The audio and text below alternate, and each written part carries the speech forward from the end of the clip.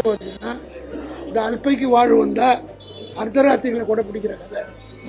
அது மாதிரி சில பேர் வழிகள் இப்போ புதுசாக முளைக்கிறாங்க. புது தொடப்பம் கொஞ்சம் வேகமாக தான் பெருக்கும்னு சொல்லுவாங்க. இது பொது தொடப்பம். ரொம்ப ஓவராக பேசினா அதே திருப்பி மக்கள் அடிப்பாங்க. 6 மாதத்தில் எலெக்ஷன் வை, ஜனவரியில் வை, ஒரு மேயராவது நீங்கள் வந்தீங்கன்னா நான் ஒரு பக்கத்து மிஸ் வச்சுக்கிறேன். உங்கள் சத்யாவில் குளு குளு ஏசி ஆஃபர். டயா பூஸ்டர் சுகரை கண்ட்ரோல் பண்ணும், உங்க ஆரோக்கியத்தை மீட்டு தரும். சர்க்கரையை கட்டுப்படுத்துறதுக்கான எளிமையான வழிமுறை, இயற்கையான வழிமுறை. அனைத்து மருந்து கடைகளிலும் கிடைக்கும். மாறி மாறி வர்றது வேற. பல கட்சிக்கு போயிட்டு வர்ற ஒரு இடத்துல நிற்க மாட்டான். அந்த மாதிரி நபர்கள் சில பேர் அரசியல் இருக்காங்க. அதில் முதல் ஆள் இன்னைக்கு இருக்கிறவங்கள ஆதரவு. அந்த காலத்தில் பல பேர் சொல்லுவாங்க, ஹெச்பி அண்டியெல்லாம் பற்றியெல்லாம் சொல்லும்போது என்ன சொல்லுவாங்கன்னா, பல கட்சிக்கு போயிட்டு போகாத ஒரே கட்சி முஸ்லீம் லீக் தான் அந்த காலத்தில் எங்கள் கட்சியில் வெற்றி கொண்டான போன்ற பேச்சாளர்லாம் பேசுவாங்க. அதுபோல் இன்னைக்கு இருக்கிற இந்த ஆதரவுனா இந்த அல்பைக்கு வாழ்வு வந்தால் அர்த்தராத்திரிகளை கூட பிடிக்கிற கதை. லாட்ரி சீட்டில் அரசியலில் பணம் சேர்த்து பணம் எப்படி வந்ததுன்னு தெரியாமல் அந்த பணத்தை எப்படி செலவு செய்கிறதுன்றதுக்கு எல்லாம் மீறி குவிஞ்சுக்கிற காரணத்தினால கண்ணு முன்னு தெரியாமல் வார்த்தைகளை தடித்த வார்த்தைகளை விடுறாரு. ஆனால் அவருக்கு தெரியாத திமுகவினுடைய வரலாறு. 76 ஆண்டு காலத்தில் இவரை போல பல பேரை நாங்கள் பார்த்துருந்தோம். அந்த காலத்தில் அணுகுண்ட ஐயாவுன்னு ஒருத்தர் இருந்தார். இந்த ஆளுக்கு இந்த ஆதவருக்கு எனக்கு தெரியுமான்னு கேட்டது. அவர் அண்ணாவை பற்றி பேசுன மாதிரி வேறு யாருமே பேசிருக்க முடியாது. அவர் இன்னைக்கு யாருக்காவது தெரியுமா? இதோ போல பல பேர் இருந்தாங்க. திருப்பூர் வின்சென்ட்னு ஒருத்தர் இருந்தார் காங்கிரஸில். அவ்வளோ கீழ்த்தரமாக அண்ணாவையும் கலைஞரையும் பேசுவார். அவங்களாம் இன்னைக்கு இருக்கிறாங்களா? அது மாதிரி சில பேர் வழிகள் இப்போ புதுசாக முளைக்கிறாங்க. புது தொடப்பம் கொஞ்சம் வேகமாக தான் பெருக்கும்னு சொல்லுவாங்க. இது பொது தொடப்பம். ரொம்ப ஓவராக பேசினா அதே திருப்பி மக்கள் அடிப்பாங்க. இதுதான் தமிழ்நாட்டுடைய சைக்காலஜி. இதை புரிந்து கொள்ள வேண்டும். யாரை பற்றி யார் பேசுவது?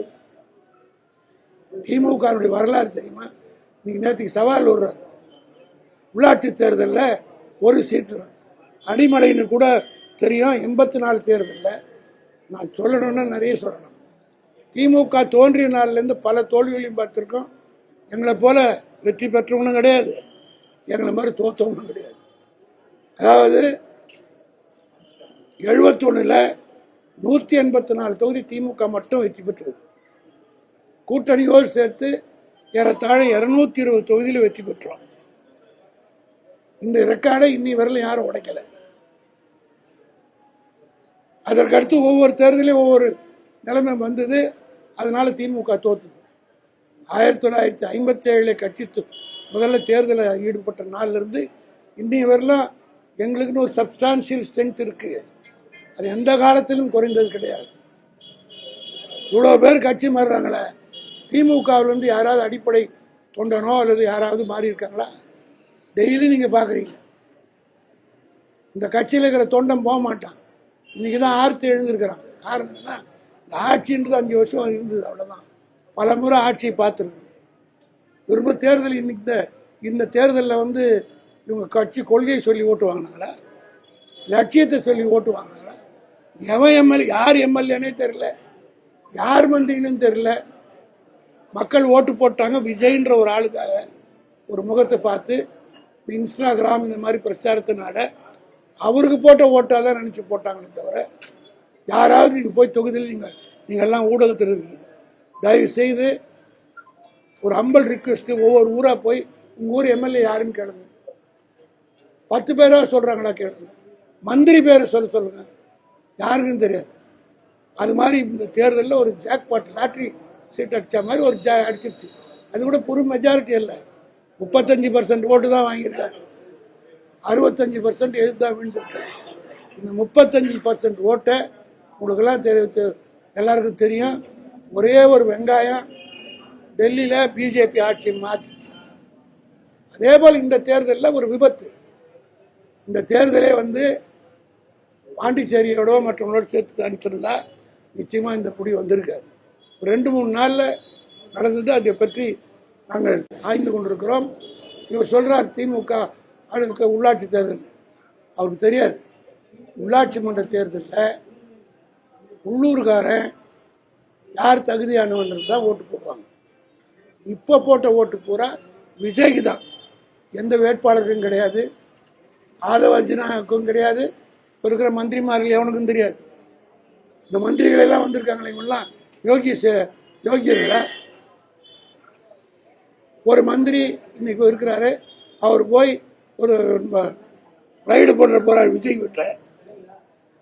அந்த வீட்டில் அவர் ரைடு பண்ணிட்டு வந்தோடனே அவர் மந்திரி ஆகிறாருன்னா சாதாரண எளிய மக்கள் கூட தெரியும். இப்போ அவர் என்ன, இதுதான் லஞ்சம், இது மிகப்பெரிய லஞ்சம். அன்னைக்கு அவரை காப்பாற்றி விட்டுருக்காரு, அதற்கு கைமாறா இன்னைக்கு கொடுத்துருக்காங்க. இப்பேற்பட்ட யோகியர்களை பக்கத்தில் வச்சுக்கிட்டு ஆதவர்ஜனா போன்றவங்களாம் பேசுனாங்கன்னு வச்சுங்க, திமுக காரன் பேச ஆரம்பிச்சா தாங்க முடியாது. திமுக வந்து தோல்வியை வந்து மறுபரிசீலனை செய்யாம அடுத்தால மாணிக் தாகூர் விமர்சனம் பண்ணியிருக்காரு. மாணிக் தாகூரா? முதல்ல அவர் வெற்றியை முதல்ல அவர் ஆய்வு சொல்லணும். அவர் வெற்றி பெற்றார், எப்படி வெற்றி பெற்றார் என்பதை அவர் மனசாட்சியும் அவருக்குன்னு ஒன்று இருந்ததுன்னா அவர் வெளிப்படையா சொல்லட்டும். முதல்ல அவர் வெற்றியை அவர் ஆய்வு செய்யட்டும், அதற்கு பிறகு திமுக பற்றி சொல்லட்டும். தாவேகா வந்து அதிமுக தாய் கட்சி, தாவேகா வந்து அதிமுக தாய் கட்சி, அதனால வந்து வந்துட்டு இருக்காங்க. தாவேகாவுக்கு அதிமுக 90% பேர் வந்து தாவேகாவுக்கு வந்துருவாங்க. அது நீங்க அவங்கள தான் கேட்கணும். அது பற்றி ஆளுங்கட்சிக்கு வந்து பல பேர் பல கட்சியில இருந்து போவாங்க. ஆனா குறிப்பிட்ட அதிமுகவில் இருந்து தினம் தினம் பல்வேறு முன்னாள் அமைச்சர்களும் எம்எல்ஏக்களும் போறது எதை காட்டுகிறது? இந்த மாதிரி போறவங்க ரொம்ப நாள் நிற்க மாட்டாங்க. எப்போ ஒரு கட்சியிலேருந்து இன்னொரு கட்சி வந்து பதவிக்காக போறாங்கன்னா அது காலி ஆயிடுச்சுன்னா, இது எப்போ திடீர்னு ஒரு 6 மாசத்துல கவுந்து போதுன்னு வச்சுங்க, பேக் டு தி பெவிலியன் எல்லாம் வந்துடுவாங்க. இதெல்லாம் நம்ம பார்க்கலையான்னா, இந்த ஆயாராம் காயாராம்ன்றது தமிழ்நாட்டில் இல்லாமல் இருந்தது, வடநாட்டில் தான் இருந்தது. ஒரே நாளில் 15 முறை ஒருத்தர் கட்சி மாறி இருக்கார் ஹரியானாவில், உங்களுக்கெல்லாம் தெரியும். இந்த ஆயாராம் காயாராம்னு எப்படி வந்தது? ஆயாராம்னா காலையில் சட்டசபைக்குள்ள நுழையும் போது அவர் வந்து ஆயாராம் ஒரு கட்சி சார்பாக வந்தார். வெளியில ஒரு கட்சியில் சார், நம்ம காங்கிரஸ் கட்சிக்காரராக வர்றார், வெளியில போறார் கயாராம் இன்னொரு கட்சி போய் சேர்றார். சட்டசபை நடக்கும் போதே 3 மணி நேரத்தில் 5 முறை கட்சி மாறினவர். அதனால்தான் அந்த வாசகமே ஆயாராம் காயாராம் வந்தது. அதுபோல இப்போ ஆயாராம் காயாராம்லாம் தமிழ்நாட்டுக்கு தெரியல. அதான் இப்போ வந்து இன்னைக்கு போயிருக்கிறவங்களாம் காட்டுறாங்க. ஆனால் ஒன்று தெரிஞ்சுக்கணும், இந்த எங்கள் தளபதிக்கோ அல்லது உதயநிதிக்கோ சவால் விடுற யோகிதை இந்த ஆதவர்ஜனாக்கு கொஞ்சம் கூட கிடையாது. சட்டமன்றம் அவர் சொல்றாரு, ஒரு தேர்தல் ஒரு மேயர் கூட வர முடியாது, வரலாறு தெரியாம பேசுறாரு. எம்ஜிஆரை விட பெரிய தலைவர் விஜயம் கிடையாது, மற்றவங்களும் கிடையாது. 84 எலெக்ஷன்ல நாங்க எதிர்கட்சியா கூட வரல, அங்கீகரிக்கப்பட்ட எதிர்கட்சியா கூட வரல. எம்ஜிஆர் இங்க தேர்தலுக்கே வராம அமெரிக்கால இருந்து ஜெயிச்சு ஆட்சியில் உட்கார்ந்தார் 84. 86 உள்ளாட்சி தேர்தல் வந்தது. 102 முனிசிபாலிட்டியில ஏறத்தாழ 90 முனிசிபாலிட்டி எங்கள் கூட்டணி ஜெயிச்சது. நான் உள்ளிட்ட ஜெயிச்சோம். தமிழ்நாடு பூரா உள்ளாட்சி தேர்தல் டைரக்ட் எலெக்ஷன், ஏறத்தாழ ஒரு சட்டமன்ற தேர்தல் தான். சேர்மனும் டைரக்ட், யூனியன் சேர்மனும் டைரக்ட் அந்த தேர்தல் வச்சாங்க. நான் வந்து இப்போ இவரை கேட்குறேன், 6 மாசத்துல எலெக்ஷன் வை, ஜனவரியில் வை, ஒரு மேயராவது நீங்க வந்தீங்கன்னா நான் ஒரு பக்கத்து மீசி எடுத்துக்கிறேன். இந்த சவாலை ஏற்க தயாரா? காரணம், தமிழ்நாட்டு மக்கள் நேற்று இந்த 1 மாசமா ஓட்டு போட்டுட்டு ஒவ்வொருத்தரையும் கேட்டா சொல்றாங்க, எனக்கு தெரியாம எல்லாம் தான் ஓட்டு போட்டு போறாங்க, நம்ம ஒன்று போடுவோம், எங்க பேச்சு சொல்லுது, பேரன் சொல்றான், காலை பிடிச்சி அழுகுது, தற்கொலை பண்ணிப்பேன்னு சொல்லுது, இதுக்காக போட்டேன்றாங்க. எப்படி இதுன்னா, எல்லாரும் பாலை ஊற்ற போகிறாங்க, நம்ம மொத்தம் தண்ணி ஊற்றலாம் அப்படின்னு நினச்சின்னு பார்த்தா எல்லாமே தண்ணி ஊற்றிட்டாங்க. அதில் 107 பேர் தண்ணி ஊற்றி ஜெயிச்சிட்டாங்க. அப்படி ஜெயிச்சது தான் விஜயோட அவர் கொள்கையை சொல்லி லட்சியத்தை. நீங்கள்லாம் ஊடகத்தில் இருக்கீங்க, எவ்வளோ அரசியல் பார்த்துருக்கீங்க, இந்த மாதிரி ஒரு விசித்திரம் இதுவரை நடந்ததில்லை. இது ரொம்ப நாள் நிற்காது.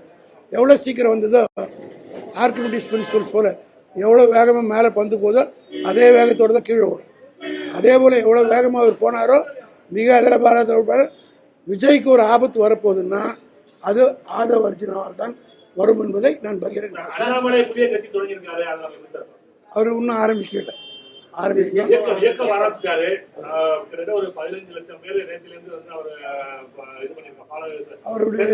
அவர் எப்படி ஆரம்பிக்கிறார், இன்னும் யாரை எதிர்க்க போறார், அவர் யாருக்கு பி பார்ட்டியா இருக்க போறாரு, யாருக்கு சி என்ன டீமா இருக்க போறாருன்றதெல்லாம் பார்த்துதான் சொல்லணும். செய்தியாளர் சந்திப்பில் சொல்லியிருக்கிறாரு, திமுக காங்கிரஸ் கூட்டணி வந்து தொடங்கினது முடியவில்லை அப்படின்னு சொல்லி ஒரு கவலை போட்டிருக்காரு. நாங்க தான் ஒரு டைவர்ஸ் பண்ணிட்டோம். அதாவது டைவர்ஸ் 2 வகையான டைவர்ஸ் வக்கீல்களா இருக்காங்க தெரியும். ஒரு மனைவி வந்து லிவிங் இன் அடல்ட்ரி இன்னொருத்தனோட கள்ள தொடர்பு வச்சிருந்தா அது ஒரு வகையான டைவர்ஸ். இன்னொரு வகையான டைவர்ஸ் 2 பேருக்குள்ள மனம் ஒத்து டைவர்ஸ் பை கன்சென்ட், 2 பேரும் ஒத்து டைவர்ஸ் பண்றது. இப்போ சில கட்சிகள் எங்க விட்டு போயிருக்காங்கன்னா கன்சென்ட்டோட போயிருக்காங்க. நாங்களா பார்த்து விவாகரத்து பண்ணி அது 2 பேரும் ஒத்துக்குன்னு விவாகரத்து ஆயிடும். இது இன்னொருத்தனோட கள்ளக்காதல் இருக்கிறதுனால இட் இஸ் அடல்ட்ரி. அந்த டைவர்ஸ் அந்த குற்றச்சாட்டு தான் அவங்களும் வைக்கிறாங்க. எங்களுக்கே தெரியாம அதிமுக கூட்டணி பேச்சுவார்த்தையில் ஈடுபட்டாங்க. ஊர் உலகத்துக்கே தெரியும். நாங்க எங்க வச்சிருந்தோம், நாங்க கல்லறை காய்வதற்குள் கள்ளக்காதல் சொல்லுவாங்க. நாங்க எலெக்ட் ஆகி எங்களுக்கு சிக்பல்ல ஜெயிச்ச ராஜ்யசபாவுக்கு போனோம். இன்னும் பார்லிமெண்ட்ல போய் ஜூலைல தான் நடக்க போகுது. முதல் சபையிலே கலந்துக்கல, அதுக்குள்ள கட்சி மாற்று. இதுதான் காங்கிரஸ். ஆகவே எங்க தலைவர் சொன்ன மாதிரி இனிமேல் எந்த காலத்திலும் எங்களை முதுகிலே குத்தி விட்டு ஓடியவர்களை சேர்க்கப் போவதில்லை. ஒட்டோ உறவோ கிடையாது. எவ்வளோ ஒட்டி வந்தாலும் இனிமேல் கட்சி தொண்டை ஏற்றுக்க மாட்டோம். தலைமையே சொன்னாலும் தொண்டர்கள் இந்த மீண்டும் காங்கிரஸ்கார் வந்தா கூட எந்த தொண்டனும் ஏற்றுக்க மாட்டான், தலைவர்களும் ஏற்றுக்க மாட்டாங்க. அமைவதற்கு வந்து காரணமா இருந்தவர் முன்னாள் முதலமைச்சர் மு க ஸ்டாலின். இப்ப அந்த கூட்டணி நிலை எப்படி இருக்கு? தமிழ்நாட்டிலுமே வந்து கம்யூனிஸ்ட் கட்சிகள் காங்கிரஸோட இல்லை. காங்கிரஸ் எங்க இருக்குதோ அதோட நான் இருக்க மாட்டேன். அந்த அடல்ட்ரின்னு சொன்னல, ஓடி போன பொண்டாட்டியோடு யாரும் வாழுது.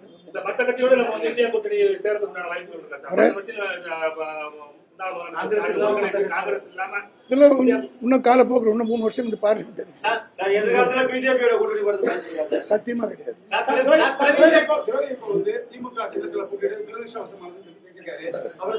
இப்ப மாத்தி பேசுறாரு. இன்னைக்கு சாயந்தரம் பேசிருக்காரு. திமுக தான் நீடிக்கிறோம் சொல்றாரு.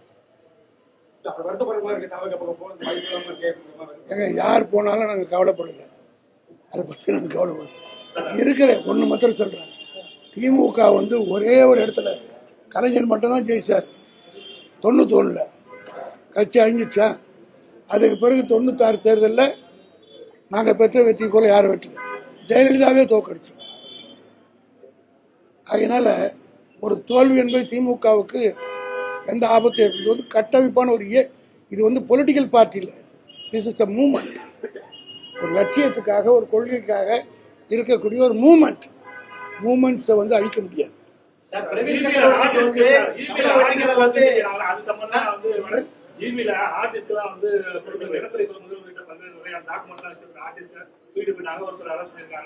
இதோட மற்ற பல்வேறு துறைகளில் உள்ள ஆர்டிஸ்ட்கள் ஒரு 16க்கும் மேற்பட்ட ஆர்டிஸ்ட் கைப்பற்றிருக்காங்க. இதுல வந்து இவர் வந்து டைரக்டா அட்டாக் பண்றாரு, செந்தில் பாலாஜி டைரக்டா அட்டாக் பண்றாரு. அவர் தான் நிர்மல்குமார் யாரு? இப்ப மினிஸ்டர்.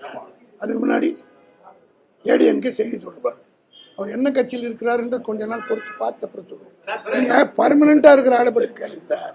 காலையில ஒண்ணு, சாயந்தரம் ஒண்ணு, எக்ஸ்பிரஸ் பஸ்ல ஒண்ணு ஏறிட்டு அப்புறம் பிரேக் டவுன் ஒண்ணு லாரியில் ஏறி போறவங்களுக்கு பேசுறோம்.